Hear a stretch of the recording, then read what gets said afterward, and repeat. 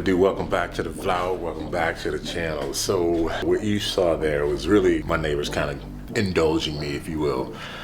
Yeah, they hear my car. They all hear my car. They've all told me that they hear my car at 5:30 in the morning when I'm going to work. And big shout out to ARM for the sponsorship and sending me the down pipes and the mid pipes. And big shout out to my neighbors for understanding that I'm not intentionally being a douche. I'm unintentionally, for the sake of my channel, being a douche. Can I say that on camera?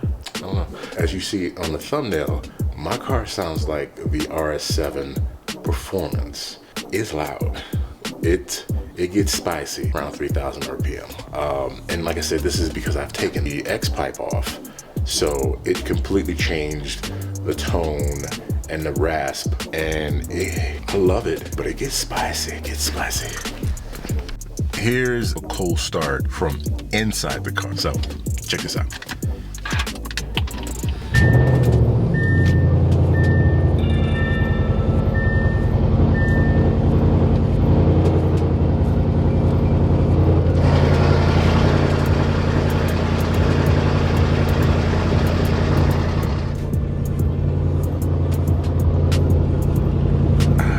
Now she eventually calms down and comes to her senses and realize that, you know, I don't need to be so loud. But this is comfort mode and me just driving around.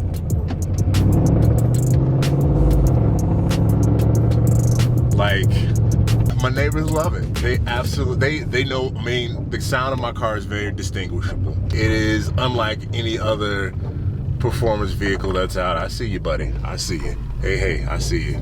Gonna keep running. Anyway, big shout out to my neighbors for, like I said, being gracious and not like losing their mind or calling me a douchebag because, can I say that word on camera? I don't know if I can say that word on camera. I'll just edit out. Being a douche for having a heavily modified car and exhaust in my neighborhood. I'm going to give you a couple of launches so you can literally hear what the car sounds like flat out. And then we're going to talk about, I know I should probably separate this into another video, but this might as well just combine the two together. I've realized that I've not done like a 2-year overview of having the car and it being tuned and all the things that I've had to deal with. I think a lot of people have an expectation that once you start tuning the car, then there's a lot of things that go wrong when you start tuning a car or whatever like that and having it tuned for a long time, but it's not as bad as you think. Ooh, she's spicy. All right, now that I'm done with my appointment, I'm gonna try to run over the things that I have done to my car in the past 2 years of ownership, and basically just go over issues that I've had. I know you guys have seen some of the videos that I've made about the N489 valve and having issues with that. But I mean, again, just keeping transparency on ownership of the car, with it being modded.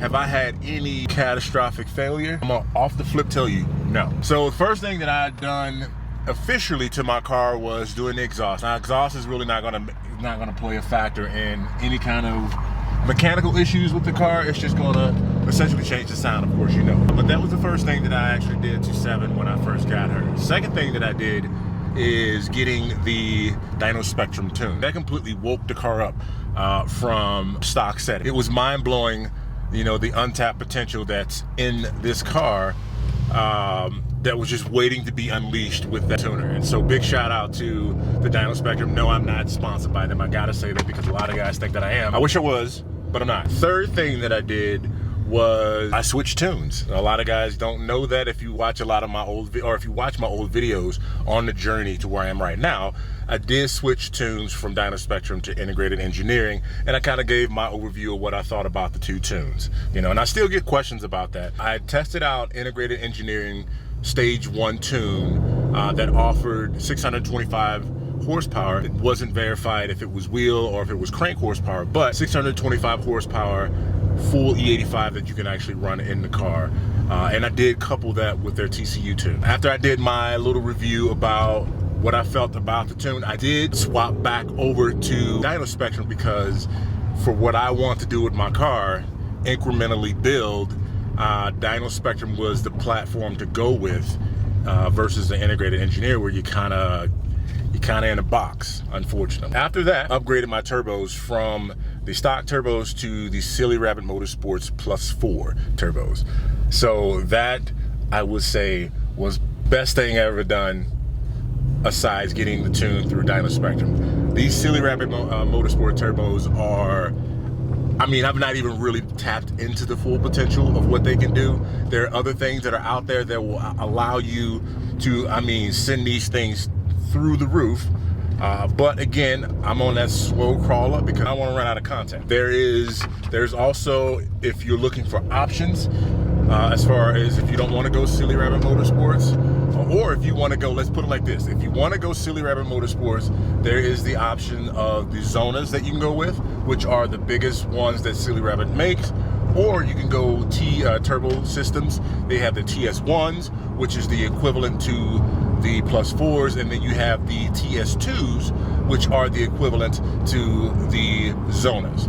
So those are all sold through Silly Rabbit Motorsports, or you can go directly through Turbo Systems, which they are a UK-based company. Turbo Systems is. I got the upgraded APR heat exchanger, and I did upgrade my fuel lines. Now, one thing that I am waiting on to do is, which I've not had time to get into the shop to do this, but getting the actual flex sensor put on. I do have the Autotech upgraded plungers for my high pressure fuel pumps. I am running right now, I'm running an E32, but I'm manually putting that in. So those are all the mods that I've actually done on my car. There are mods coming. I bought the TS wastegate actuators. Now, getting through all of that, as far as all of the mods that I've done to the car, here are some of the issues that I've had. Now, you know about the heating issue with the N489 valve. I can honestly say I've not had major issues with my car. I'm at 79,000 miles. You know, I try to maintain my car, oil change and everything like that. You know, as long as you stay on top of your car and make sure that things are, you know, relatively in tip-top shape. Yeah, I've not had any issues with 7. Like, she has been pretty stout. Oil lines, well, yeah, I had issues with an oil line, but that's fixed with, you know, upgraded O-rings. Oh, yeah, I forgot about this. So, you guys let me know if you have done this or if I'm the only person, but I did have my car lowered, and I went through the VAG system to have it lowered. And I know a lot of guys say, well, get lowering links, and some guys say, well, you don't necessarily need lowering links unless you're going like extreme lowering, which I didn't go extreme lowering. I did what I considered a decent amount of lowering of my car. But I did run into an issue where I got my wheels aligned, but they couldn't fix the camber. They did get the caster situated, but they couldn't fix the camber. The result of me lowering my car, I did wear out my tires. So I do need to get a new set of now winter and summer tires, which I did get my summer tires. I got a set of Pirelli P0s that I'm gonna put on my summer wheels, but now I have to get another pair for my winter tires, because I don't want to, and living in Colorado, I don't want to be ass out. You know, it's snow and I can't get anywhere. But anyway, yeah, I can't think of anything else that I've had issues with the car. You know, everything else has been, I mean, A1. Now, the exhaust, a little spicy. I got it in comfort mode right now because I'm going to my favorite spot because I can do a proper launch. It's a little spicy, man, like 3,000 RPM. Well, let me show you. Let me put it in sport mode. All right, so 2,000 RPM, windows down. I'm accelerating.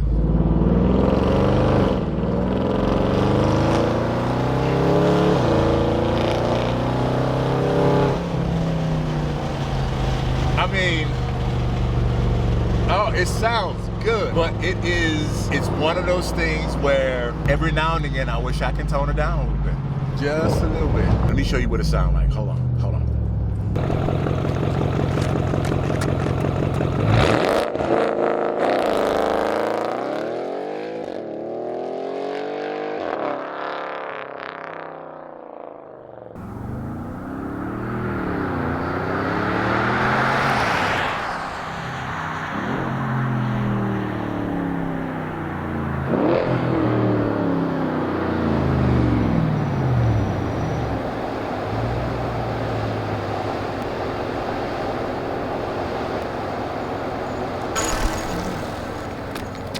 That was crazy. See, it sounds like an RS7 Performance. It's rowdy, man. Rowdy, I tell you. Now, don't get me wrong. It's not that I don't like that sound. I love the way that sounds. I scared the crap out of this lady when I downshift because she was not expecting to hear this. You hear that clap? She wasn't expecting to hear that come out of this car.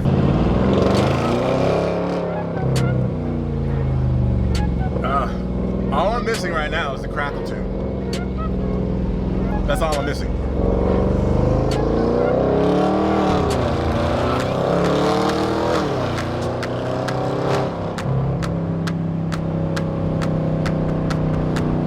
I'm gonna go on record and say that there's nothing more sexier than a German V8 that has been straight piped. Big shout out to ARM because these downpipes are the truth.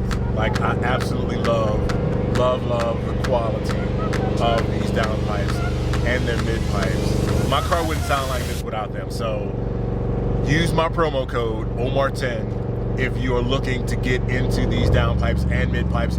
And I'm hoping that there's more on the horizon. So yeah, I'll holler at you next one. Peace.